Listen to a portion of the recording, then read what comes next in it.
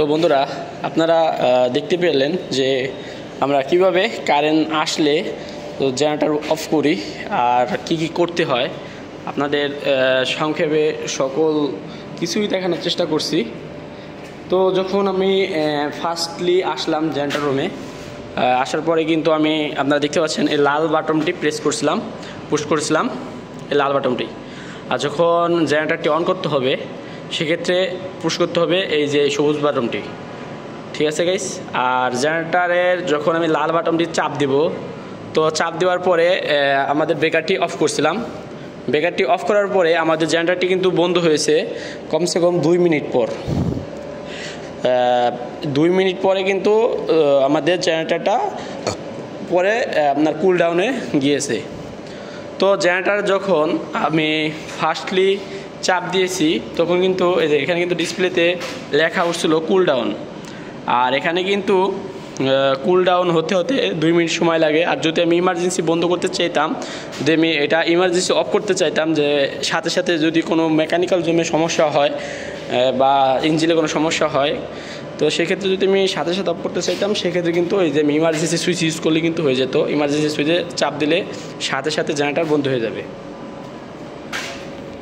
তো আমাদের জেনারেটরটি কত মিনিট চলছে সেটাও কিন্তু আমরা এই ভোল্টটি কাউন্ট করি।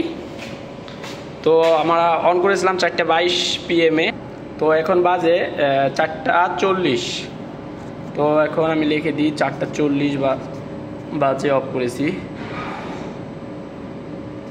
40 একটু আগেই অফ করেছিলাম, 38-এর দিক, 38 PM।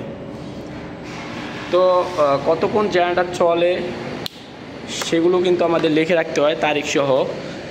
কতটুক ডিজেল খেলো সেটাও আর কি হিসাব করতে হয়। তো একটি ফ্যাক্টরিতে যখন আপনারা চাকরি করবেন সেক্ষেত্রে কিন্তু এগুলো আপনাদেরও মেনে চলতে হবে। তারপরে আমরা চলে গিয়েছিলাম আমাদের ওই পাশের এলটি সুইচে। তো চলুন আমরা ওই পাশের সুইচগুলো দেখে আসি।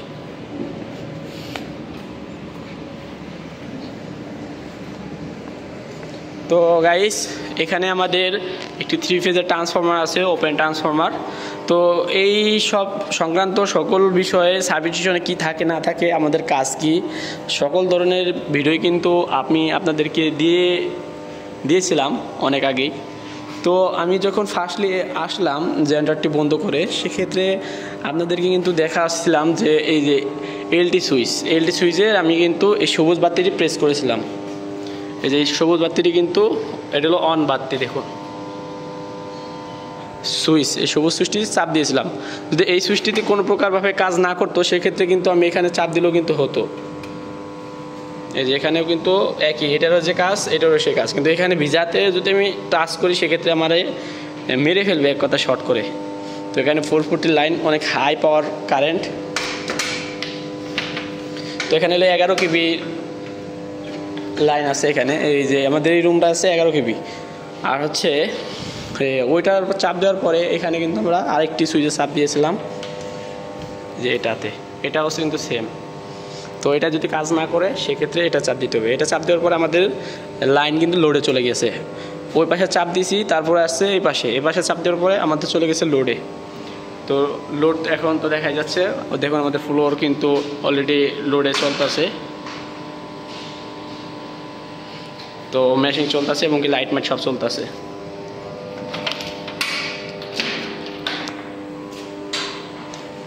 তো এটা হচ্ছে আমাদের 11 KB ভিসিবি ব্রেকার। তো এই যে 11 KB ভিসিবি ব্রেকার থেকে আসছিল আমাদের হচ্ছে এই যে ওপেন ট্রান্সফরমারে।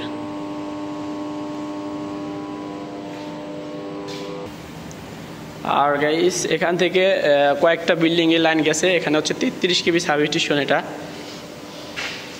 তো এগুলো হচ্ছে 33 KBকে 11 KB ইন্টারফিডারের মাধ্যমে অন্য বিল্ডিংয়ে লাইন দিয়ে গেছে। আর এটি হচ্ছে 33 KB ইন্টার ভিসিবি প্যানেল।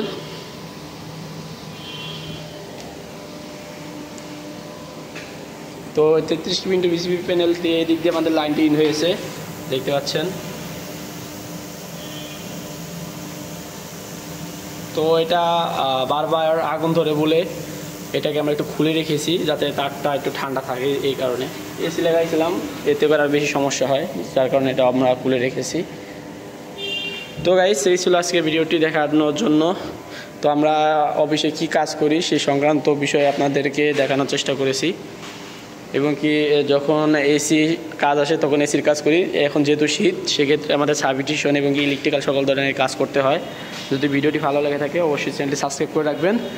আর সাবস্টেশন সংক্রান্ত যদি কোনো রকম কিছু জানার থাকে সেক্ষেত্রে আমাদেরকে কমেন্ট করতে পারেন। আর এছাড়াও আমি আপনাদেরকে কম্প্রেসার কিন্তু কীভাবে অন করতে হয় সেটাও কিন্তু দেখাইছিলাম। তো কম্প্রেসার অনেক দূরে, তো যার কারণে এখনও যাচ্ছি না। তো গাইস, সবাই ভালো থাকুন, সুস্থ থাকুন, আসসালামু আলাইকুম।